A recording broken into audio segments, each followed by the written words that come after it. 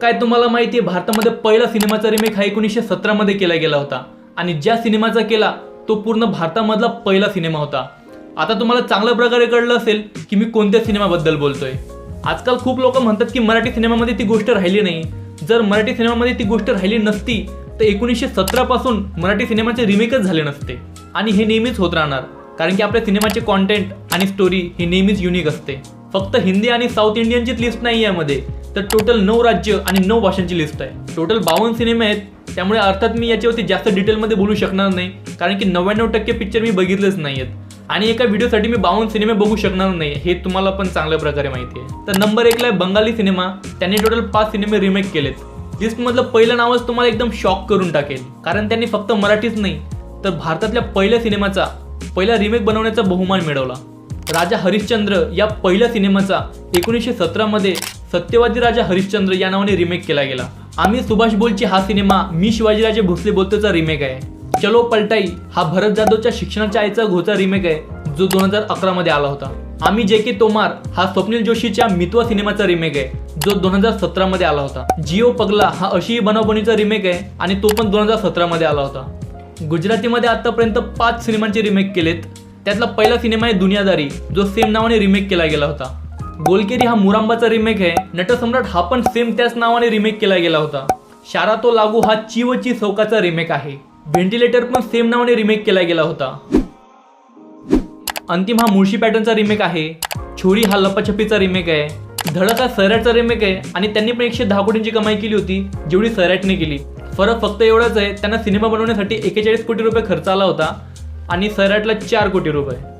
Honeymoon हा लक्ष्मीकांत बेर्डे आणि अश्विनी भावेच्या किस bye किस सिनेमाचा रिमेक आहे। जिस देश में गंगा रहता है हा सिनेमा दादा कोंडकेंच्या एकटा जीव सदाशिवचा रिमेक आहे। आणि लहानपणीचा आपल्या सर्वांचा आवडता सिनेमा छकुला याचा हिंदीमध्ये मासूम नावाने रिमेक केला गेला होता आणि टीव्हीवरती पण भरपूर जणांनी हा सिनेमा बघितला असेल।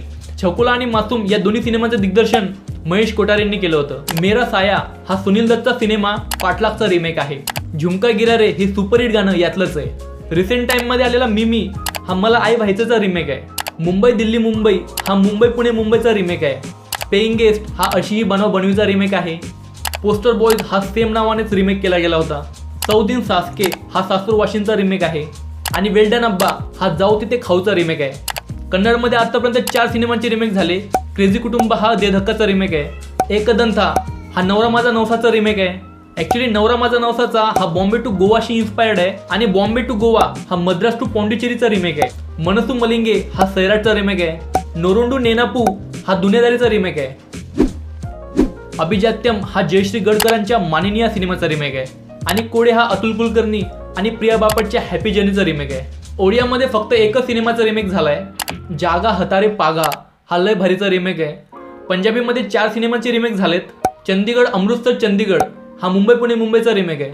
छन्ना मेरिया हा सैराटचा रिमेक आहे। मिस्टर अँड मिसेस 420 हा अशीही बनवबनीचा रिमेक आहे। सन ऑफ मनजीत सिंग हा शिक्षणाच्या आईचा घोचा रिमेक आहे। पहिला आहे धोनी जो शिक्षणाच्या आईचा घोचा रिमेक आहे आणि तो तेलुगूमध्ये पण रिमेक झाला होता सेम नावाने। इवानो ओरुवन हा निशिकांत कामतच्या डोंबिवली फास्टचा रिमेक आहे आणि तो तमिळ मूवी पण निशिकांत कामतने डायरेक्ट केला होता। इधाया कामालाम हा पाठलागचा रिमेक आहे। मारिया मेचुना मारी मगाल हा संगीत घोडे निघालेचा रिमेक आहे। मान गाई यार थिलाकाम हा वहिनीच्या बांगड्याचा रिमेक आहे। मोंडरू देई वांगल हा आम्ही जातो या आमच्या गावाला चा रिमेक आहे। पेठा मनाम पिठू हा मानिनीचा रिमेक आहे। स्नेगी थिये हा बिंदासचा रिमेक आहे। वेत्री पडिगल हा महेश कोठारेंच्या धडकेबाजचा रिमेक आहे। आम्मो बोंबा हा झपाटलेलाचा रिमेक आहे।